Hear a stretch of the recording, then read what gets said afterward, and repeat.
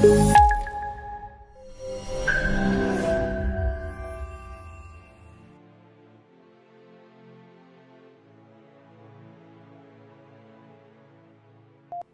customer, to avoid disconnection, link your national identification number. Thank you. As the world continues to be driven by technology, it has become increasingly important for governments to transition fully into the digital process of service delivery. In the light of this, there has been more and more investments in digital technology systems, DTSs. However, with the continuous investment and procurement of DTSs, it has become crucial to assess the role these technologies drive Nigeria's economy. Between July and August 2021, the Public and Private Development Center, with support from the Africa Freedom of Information Center, AFIC, conducted a study to understand the government's procurement of digital technology systems, such as artificial intelligence, facial recognition, and digital identity, as well as how it affects citizens' rights. In the course of doing this, we try using the Freedom of Information Act, right, to request for information regarding procurements done by different agencies, including the security sector. And we've been doing this for over 10 years. There's usually no response, especially from the security agencies, about what kinds of procurements that they make. And I understand it's confidential, it's sensitive information and all that. But then there's a question of... Would the procurement of those things be confidential information? Well, at some because would in be, other clients, right? I can look up now and find out, okay, how many digital stuff was bought, let's say for LAPD, for example. Right. An American citizen can have that. Can get it. So why is it difficult in Nigeria? The process of procurement of DTS in Nigeria is not open for reasons best known to government. I would say it's not fair. Citizens would, tax money is being used for certain things, are supposed to know at least what their money is spent on and how much at least is being spent on such things in the country. What you see mostly is a one-line item saying we are buying, this is so, Igu High, something. I mean, it's all in Nigeria, but just go and check NSA budget, check Department of State Services budget. They always just put it a one-liner without details about what is being procured. So the procurement process has kind of been hidden.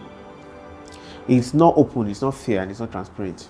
You've talked about procurement processes, and you will not expect me to give you my plan to deal with terrorists or to deal with bandits. Yes, while I agree with the fact that I'm not a procurement expert, neither am I a digital technology system expert, but I think, yes, as a country we need to do a lot, but yet we need to be careful. What does it really say of our procurement process around that DTS? Data is now like warfare. Like if a country owns your data, it's more or less like owning you. Okay. So when you buy from a company in Israel or another one in Turkey or Russia, what you're doing essentially is you're giving everything away to that country. It can be a cause of concern that foreign entities are being patronized for data mining process exercises in Nigeria, which means those foreign entities have access to those data, which you cannot really superintend over how they use it or whether they choose to use it. Also, there is cybersecurity risk, there is identity fraud risk.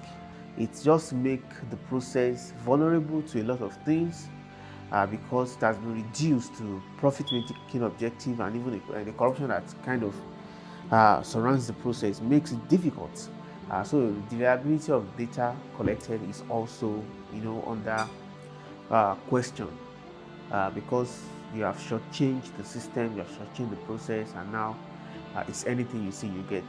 What's even more scary in terms of what citizens don't know is where government is buying these things from. Are they buying it from, authoritarian governments globally? I mean, countries that we already know on their own are infringing on the rights of their own citizens, and you don't expect that governments of another country would, of course, promote itself as a democratic nation, should be buying such systems from such countries.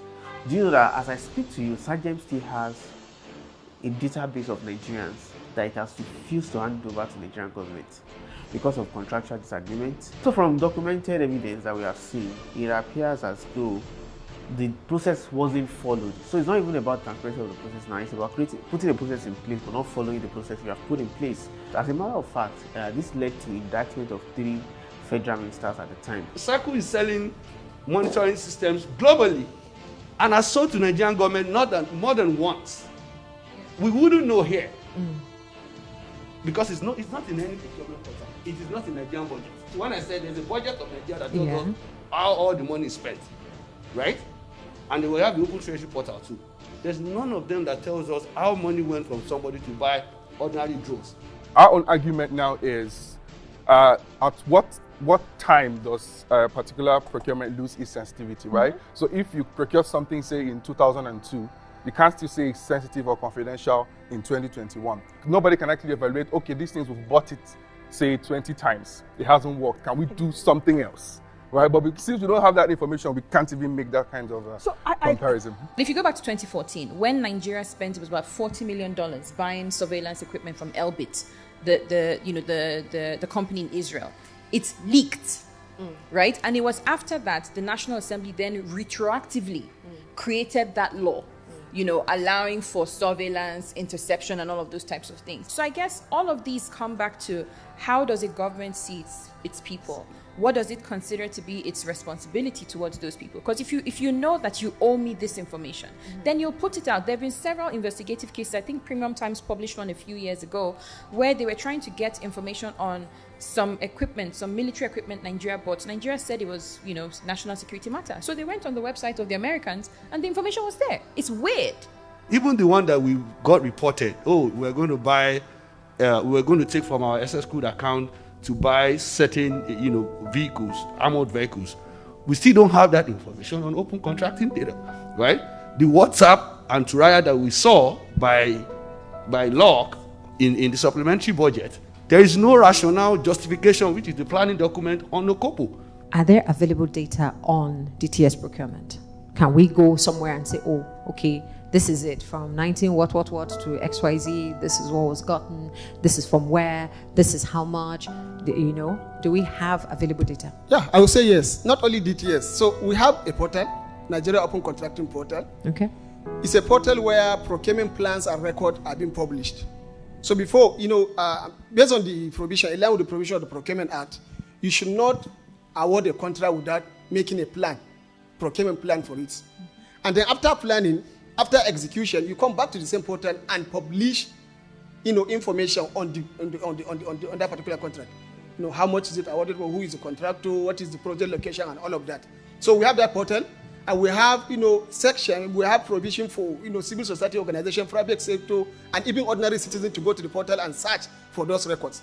So the portal is there. I'm not limiting it to only, DTS. All other procurements, even the defense procurement that doesn't pertain to national security is there.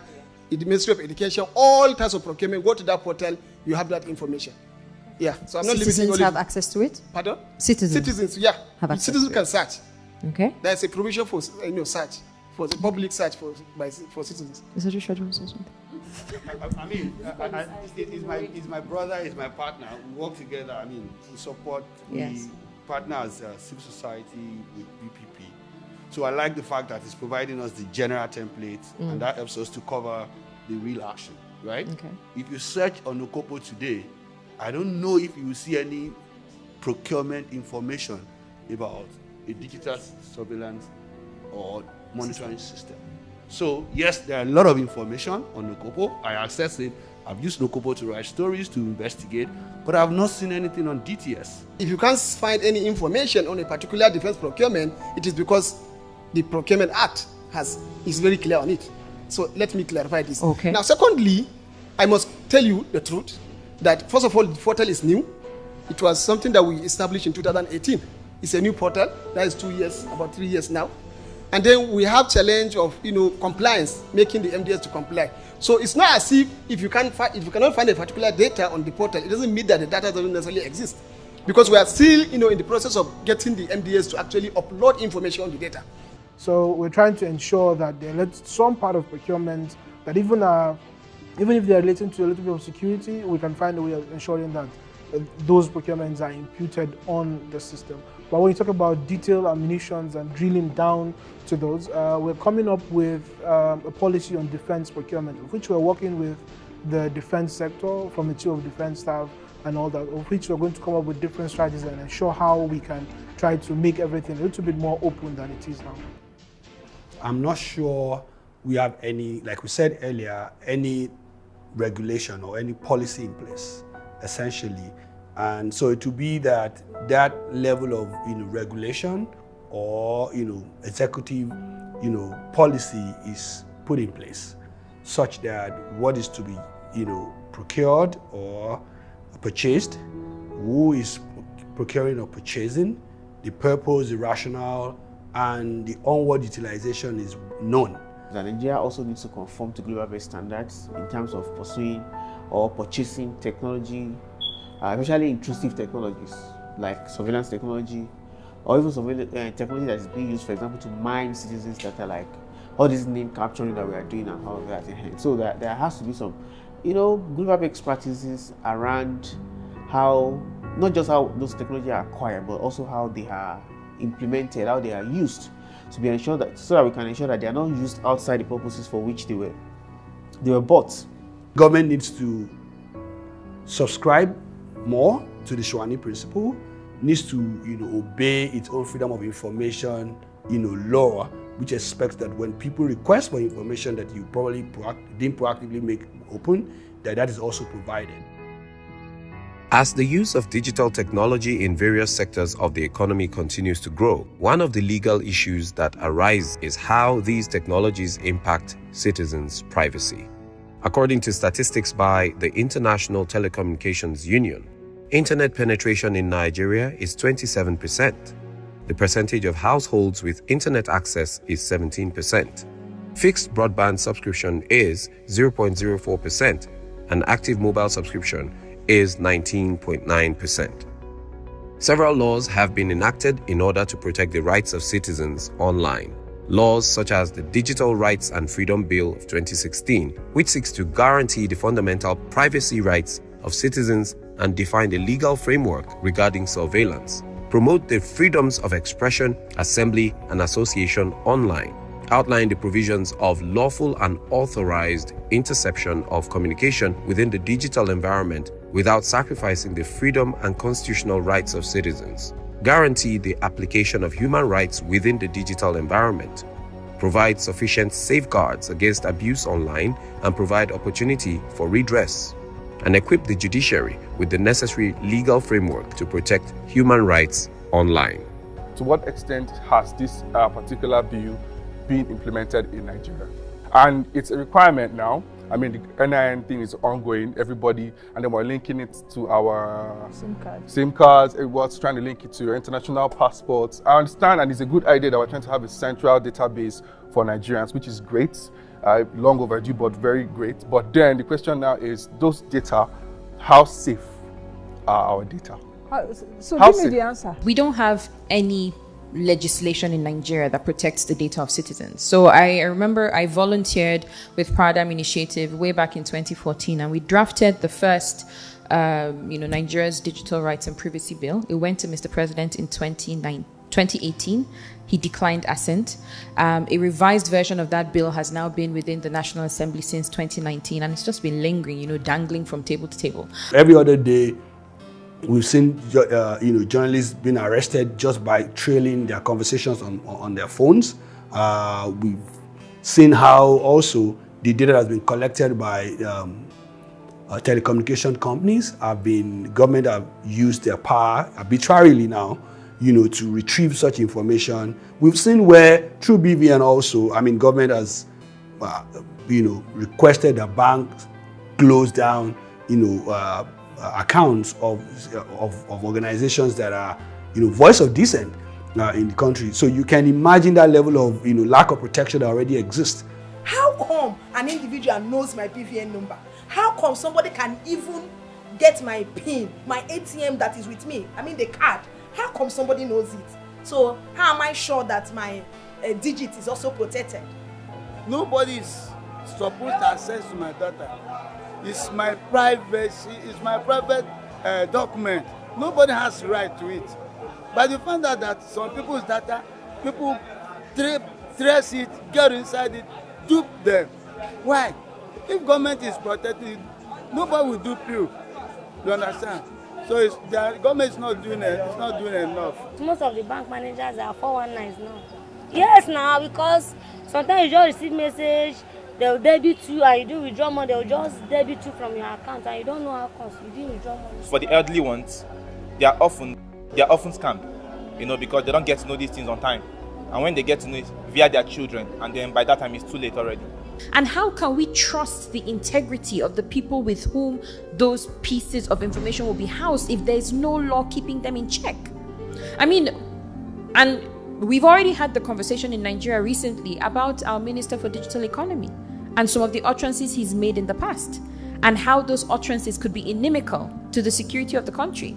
So how do we want to entrust the data of over 200 million people into the hands of a government ministry without any laws backing it? Let's not even talk about the fact that these laws are never kept and justice is slow, but now there's nothing. If you go back to January, when there were deadlines for NIN registration, even in the midst of a pandemic, in a Nigeria that was still waiting for vaccines to be donated to us, you're getting people to throng at different locations to register their NIN. What was the urgency?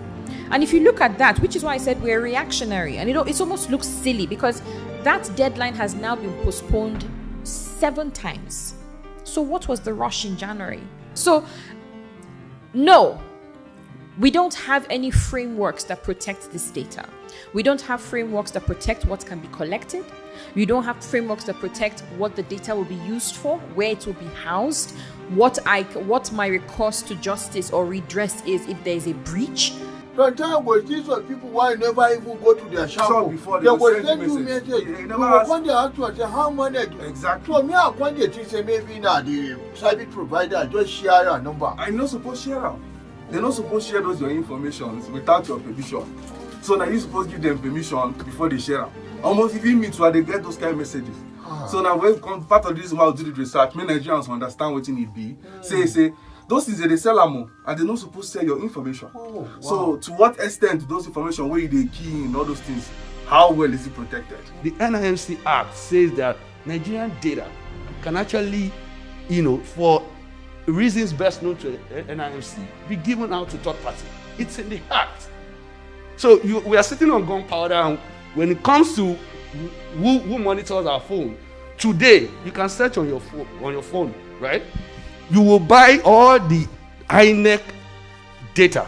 200,000, Nigeria, entire country. And we must be very honest with ourselves about the shrinking civic space. If you look at the new regulations for broadcast, for broadcasters, if you look at the new regulations for print, if you look at, the attacks on our civil liberties and our voices, you have to be very wary of the fact that even though we have NIN, we have NIMC, we have all of these types of things, NITDA, or is it NCC, has recently put out, well, not recently, a couple months ago, put out something that they want to have IMEI numbers. So essentially, you want to be able to tell the location of a phone, not just the information that's being passed through that device. You want to be able to tell Chioma is inside the Hilton, she's in Kano room. What do you need that information for? I think citizens in Nigeria know that they need to provide this data to government to be able to get a document that can be used against them if they don't have it, such as driver license, you don't have a NIN, a BVN, that means you can't transact and you can't make calls, for instance. So there's always an announced reason, or like a publicly, or a publicized reason for using data or for collecting data. So for example, talk about NIN, you hear things like, oh, Nigeria needs to know its citizens. And one of the ways you can know it is to digitally, register our citizens so that you know that, oh, this person is who he says he is. But what is often not told, or what is often not communicated, is the fact that when those data are collected, they are used for other purposes. They are used for surveillance, they are used even for commercial purposes. There are people who use it to provide what I call eKYC services, like maybe you want to work in an organization. The organization can use those data that you have given to a NIMC, for example, to verify who you are, who your identity is, and all of that, and get more information about it. So there is a challenge with informed consent. That is the way to situate it, in terms of when people collect data for one particular reason, but then they use it for other reason that was not communicated to the data owners at the time those data were being given. Government will come here, link your line, otherwise you will be blocked. They won't even tell you reason why you should link your line. They won't even go further to tell you that if you do this, this will happen. But because we are scared, because we love ourselves, we don't want any trouble, we will go ahead and in the end, after repercussion. How do we begin to rectify the issue of citizens' lack of trust for government, especially where the data is concerned? So my advice is that federal government must do enough to educate Nigerians and also to regulate who and who should have access to these informations. The best way to build trust is to involve the person on whose behalf you're making those decisions, right? So if I know you're taking a decision on my behalf, it's easier for me to feel at ease or, even more relaxed about the decisions you're making. So we need to ensure that the Nigerian government, carry citizens along on how these, processes are being done. So the government should put structures in place to ensure proper data protection. As a matter of fact, I will be confident to give out my information if I am sure there are structures in place that will protect that data. The other is also communicating, policy actions or decisions, to citizens. Why do we need to take your NIN, right? Why do we need to take your BVN? Why do we need, to, for instance, connect them to each other? Where are we? Status update is also necessary. This is how far we've gone. This is where we're going. This is the threat if we don't collect. This is the threat we're trying to, curb that's making us collect. Such information, such level of communication is necessary for citizens to begin to build trust, in government. And one of the recommendations that I'd written down is, we have a Nigerian data protection regulation, which needs to be gazetted, just so that people even know. When he was talking about the education bit, he said so people know what they should submit. But it also should tell people what that data will be used for and what it won't be used for. And also ensuring that, what do we call it now?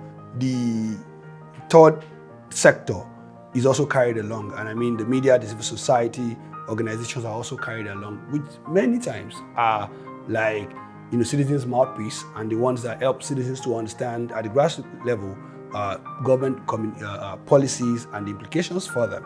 So you want to ensure that you carry them along and not turn them to your opponent or your antagonist and government needs to really, really review some of its existing or current decisions about DTS. I mean, we just had some days back that the National Assembly approved the procurement of surveillance systems to monitor WhatsApp and also to riot communication in the country. That does not put forward any element of trust from citizens from government. So such act needs to be reviewed. The Twitter ban also needs to be reviewed because that already tells us that if you had the power and you use the power to tell the telecommunication companies to block a certain level of information, it already tells us that every other kind of information or communication that we are having, you can also, infringe on them or, every level of impunity can be applied to that. So some of these existing actions of government needs to be reviewed and needs to better be explained to citizens, even if they are needed at all. In carrying out this study, the following were uncovered. Citizens are not aware of the procurement and use of DTSs as well as the procurement process. Although the government MDAs follow the procurement process as stated in the Public Procurement Act, PPA 2007, when procuring DTSs, there are no specific laws that relate to DTSs procurement. The government is not completely open in its budgeting and procurement of DTSs. There are existing laws and policies that relate to the use of DTSs. However, these laws are not comprehensive. The Ministry of Defense is currently developing a Defense Procurement Act for DTSs.